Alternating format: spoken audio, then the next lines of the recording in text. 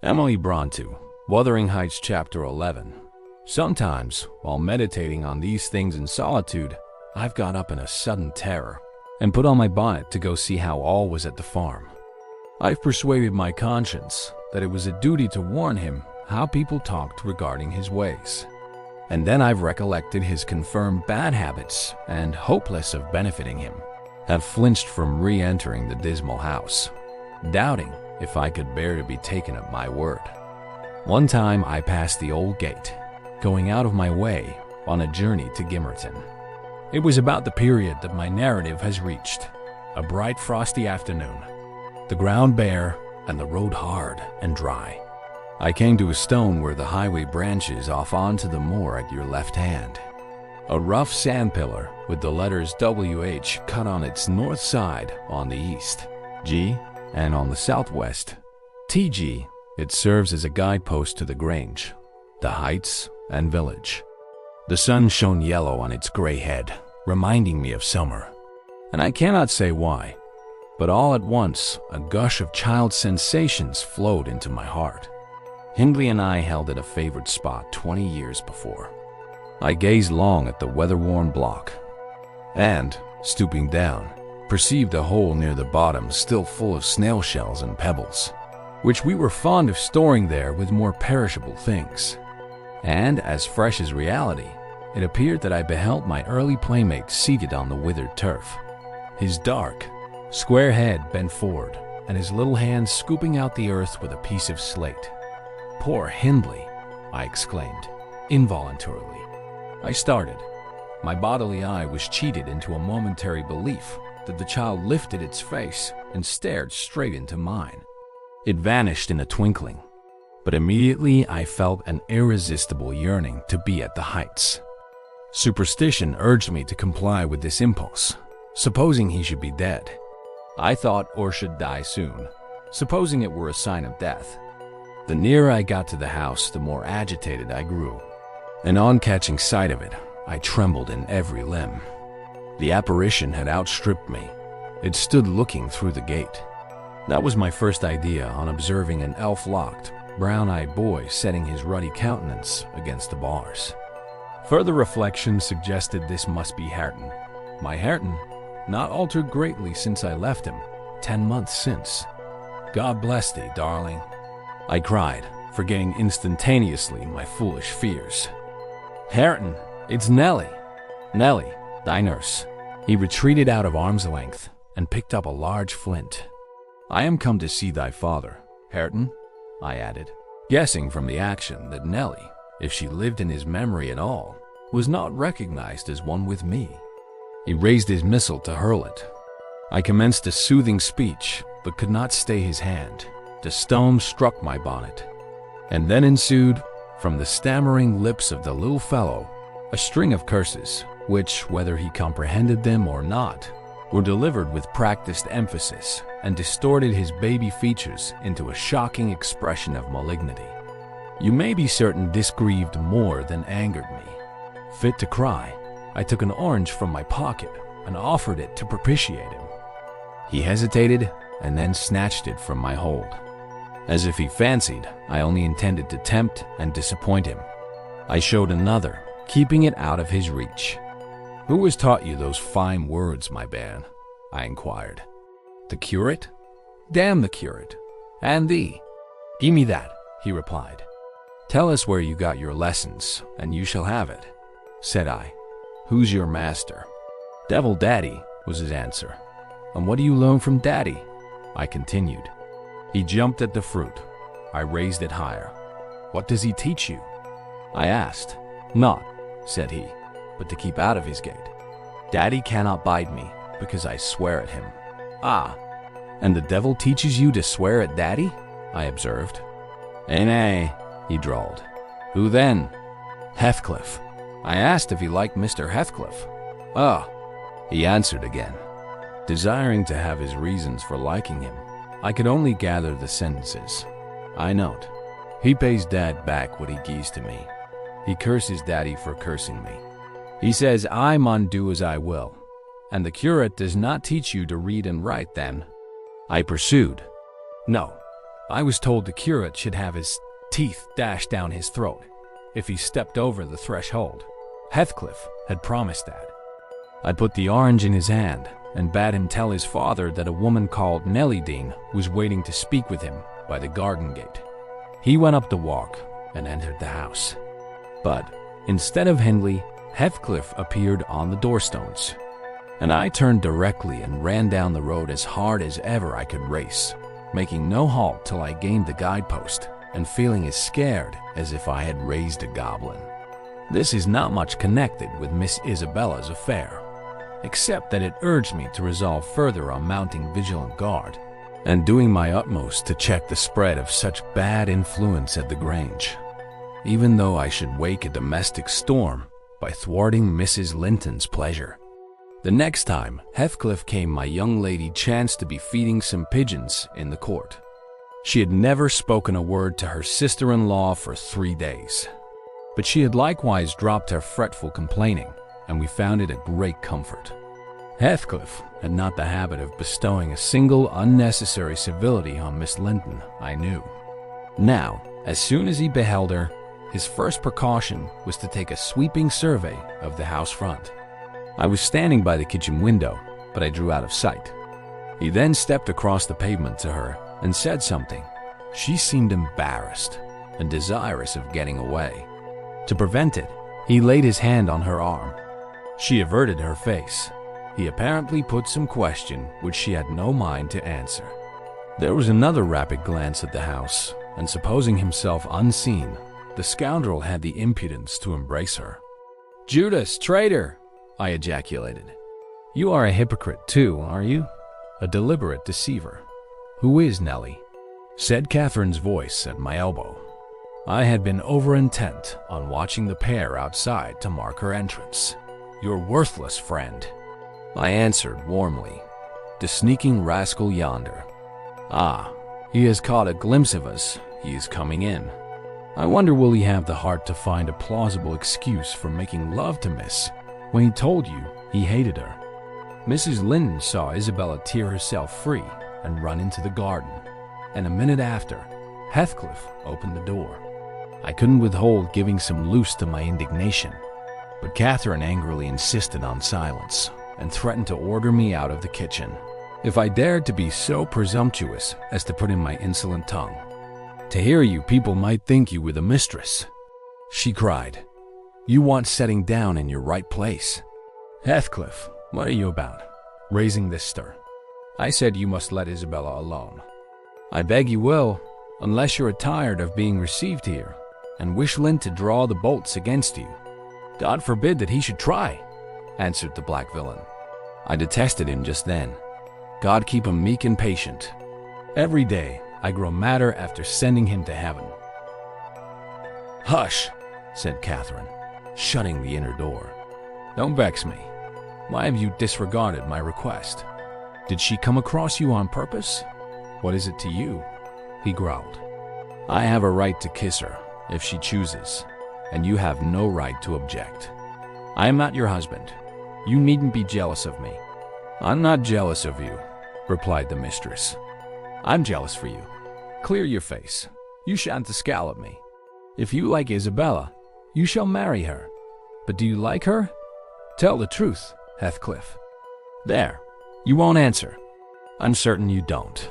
And would Mr. Linton approve of his sister marrying that man?" I inquired. "Mr. Linton should approve," returned my lady, decisively. "He might spare himself the trouble," said Heathcliff. "I could do as well without his approbation.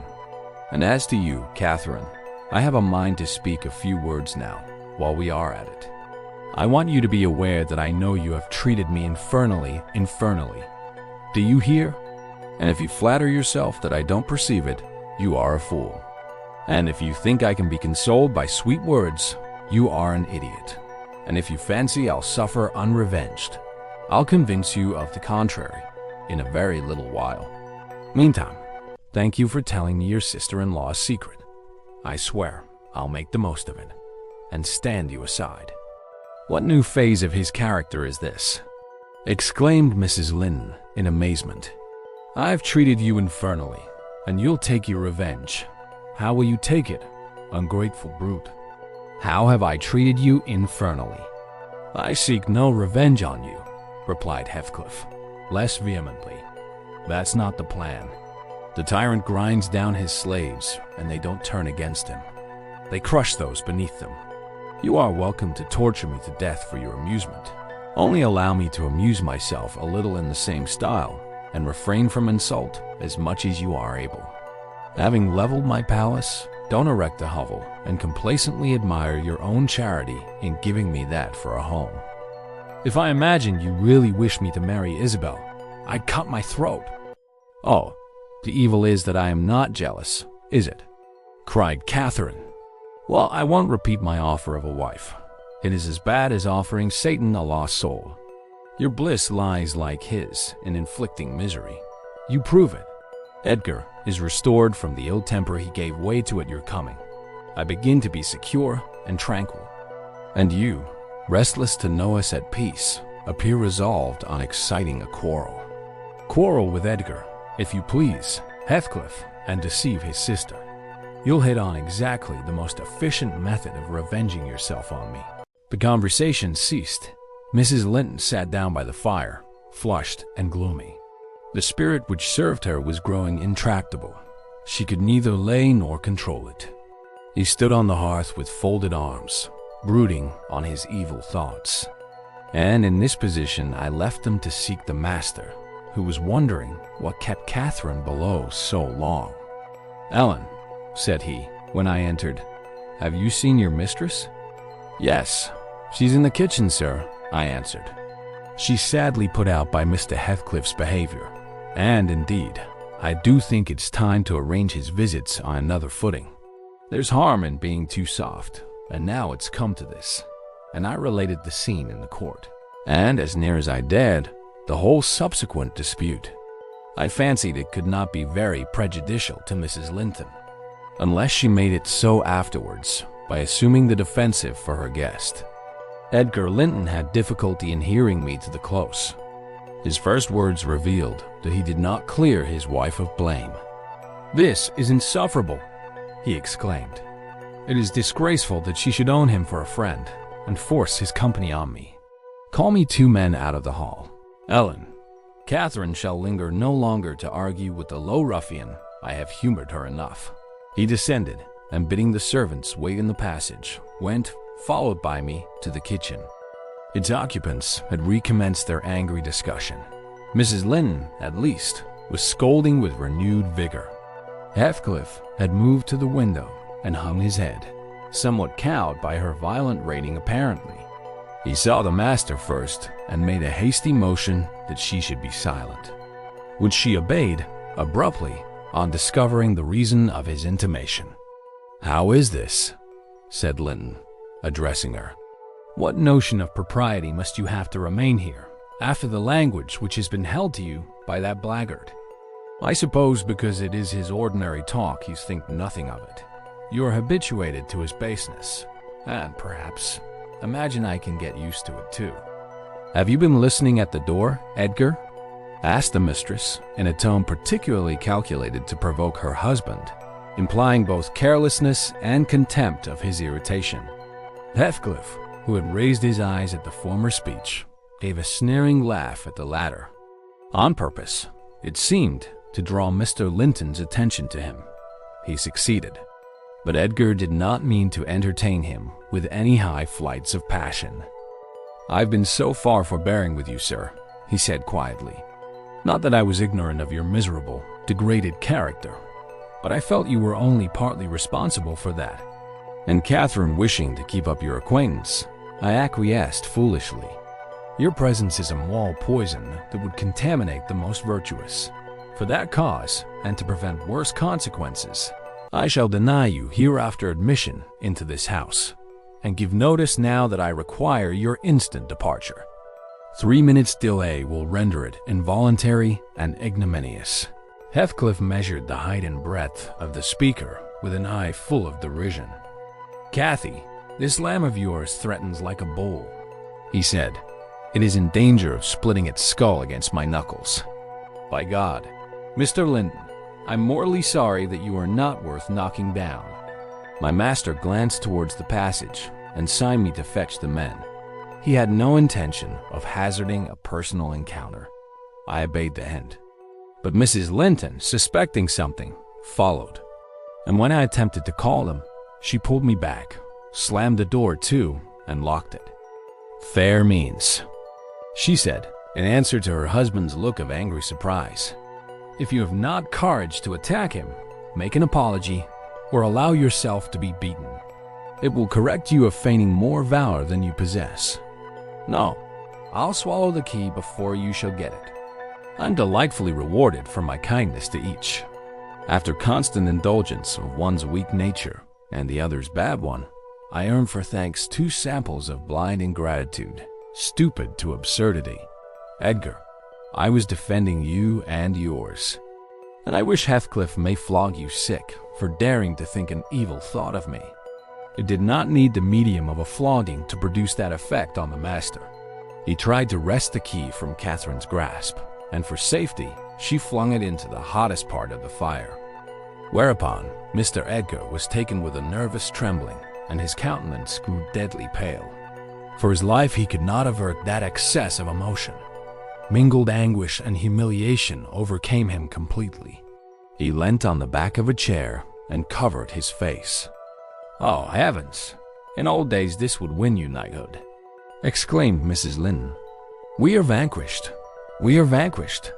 Heathcliff would as soon lift a finger at you as the king would march his army against a colony of mice. Cheer up. You shan't to be hurt. Your type is not a lamb. It's a sucking leveret. I wish you joy of the milk-blooded coward, Cathy," said her friend. "I compliment you on your taste. And that is the slavering, shivering thing you preferred to me. I would not strike him with my fist, but I'd kick him with my foot, and experience considerable satisfaction. Is he weeping, or is he going to faint for fear?" The fellow approached and gave the chair on which Linton rested a push. He'd better have kept his distance. My master quickly sprang erect and struck him full on the throat a blow that would have leveled a slighter man.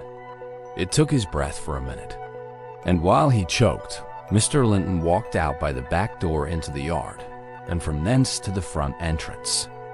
"There, you've done with coming here," cried Catherine.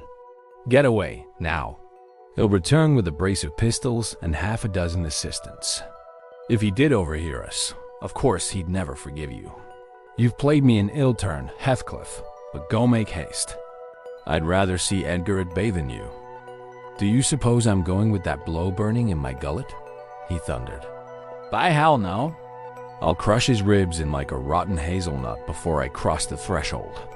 If I don't floor him now, I shall murder him some time. So, as you value his existence, let me get at him." "He's not coming," I interposed, framing a bit of a lie. "There's the coachman and the 2 gardeners. You'll surely not wait to be thrust into the road by them. Each has a bludgeon, and master will, very likely, be watching from the parlor windows to see that they fulfill his orders." The gardeners and coachman were there, but Linton was with them. They had already entered the court. Heathcliff, on the second thoughts, resolved to avoid a struggle against 3 underlings. He seized the poker, smashed the lock from the inner door, and made his escape as they tramped in.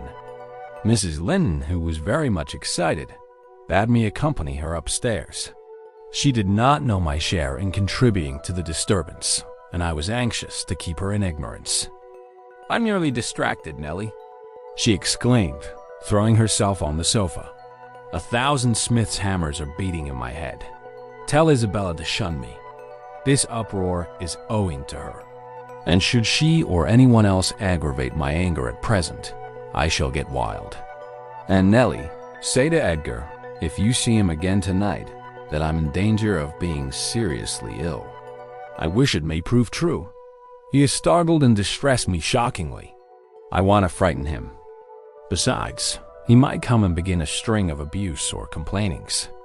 I'm certain I should recriminate, and God knows where we should end. Will you do so, my good Nellie? You are aware that I am no way blamable in this matter. What possessed him to turn listener? Heathcliff's talk was outrageous after you left us, but I could soon have diverted him from Isabella, and the rest meant nothing. Now all is dashed wrong. By the fool's craving to hear evil of self that haunts some people like a demon.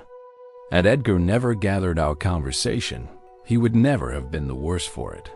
Really, when he opened on me in that unreasonable tone of displeasure after I had scolded Heathcliff till I was hoarse for him, I did not care hardly what they did to each other, especially as I felt that, however the scene closed, we should all be driven asunder for nobody knows how long.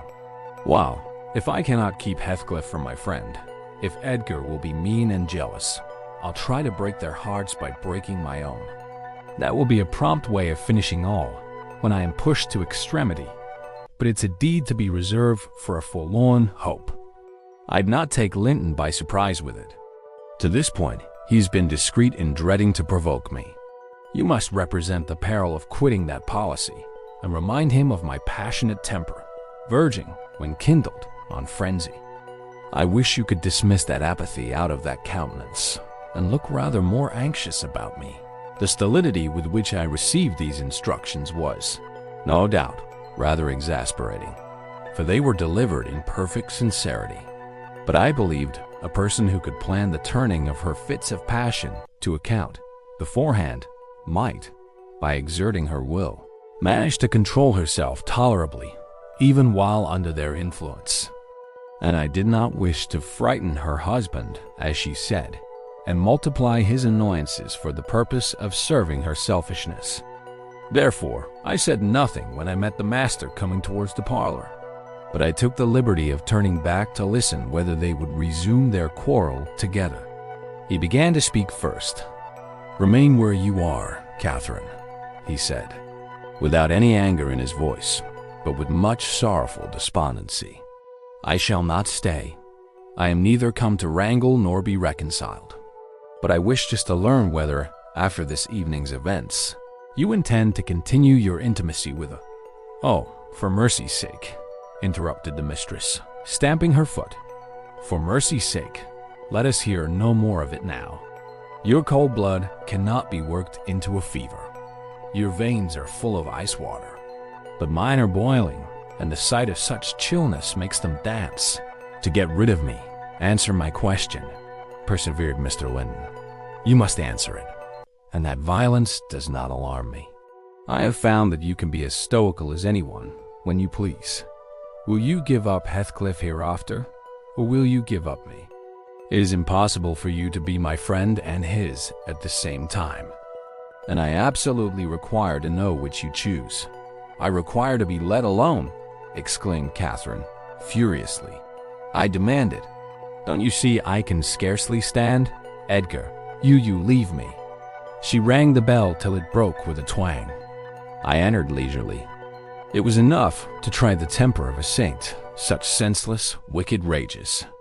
There she lay, dashing her head against the arm of the sofa and grinding her teeth, so that you might fancy she would crash them to splinters. Mr. Linton stood looking at her in sudden compunction and fear. He told me to fetch some water. She had no breath for speaking. I brought a glass full, and as she would not drink, I sprinkled it on her face. In a few seconds, she stretched herself out stiff and turned up her eyes, while her cheeks, at once blanched and livid, assumed the aspect of death. Linton looked terrified. "There is nothing in the world the matter," I whispered. I did not want him to yield, though I could not help being afraid in my heart. "She has blood on her lips," he said, shuddering. "Never mind," I answered, tartly, and I told him how she had resolved, previous to his coming, on exhibiting a fit of frenzy. I incautiously gave the account aloud, and she heard me, for she started up, her hair flying over her shoulders, her eyes flashing, the muscles of her neck and arms standing out preternaturally. I made up my mind for broken bones, at least. But she only glared about her for an instant, and then rushed from the room. The master directed me to follow. I did, to her chamber door. She hindered me from going further by securing it against me. As she never offered to descend to breakfast next morning, I went to ask whether she would have some carried up. "No," she replied peremptorily. The same question was repeated at dinner and tea, and again on the morrow after, and received the same answer. Mr. Linton, on his part, spent his time in the library and did not inquire concerning his wife's occupations.